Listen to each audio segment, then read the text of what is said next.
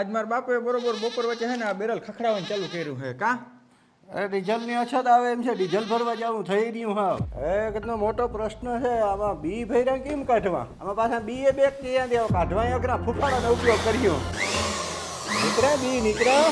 ના બી હજી નથી નીકળ્યા. તો કંઈક કર આમાં બી કાઢવા જો હે.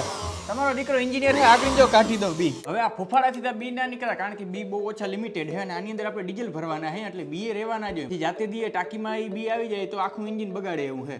એટલે એક આપણે જુગાડ અપનાવવાના છે, પણ જુગાડે બહુ જાજો મૂંઘો છે. એના હાટો આપણે આ યંત્રનો ઉપયોગ કરવાના છે. આ હું ડેડકા જેવું લઈ આવ્યો હતો. આ હે હવા ચૂહવાનું મશીન. આને કહેવાય વેક્યુમ ક્લીનર. હાલે અંગ્રેજી આવડી ગયા હે ને?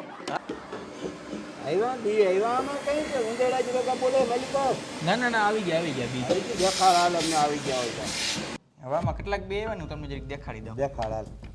હા દૂધો નીકળી પડ્યો જોતા મોલક. હવે શું હાલત થઈ ગઈ. હજી તો આમાં ખખેર ધૂળ ને મોલક ખખરે. હવે આપણે આ બી સમજતા હતા એની જગ્યાએ કચરો નીકળો. હા તમારે ડીઝલની ટાંકીમાં જાત તો શું થાત? ટ્રેક્ટરની પથારી ફેરવ્યા. તો પછી તમારું કામ કરી દીધું ને. વાહ દીકરો વાહ. વાતથી કઈ નથી 500 ની હરીપત્તી કાઢો.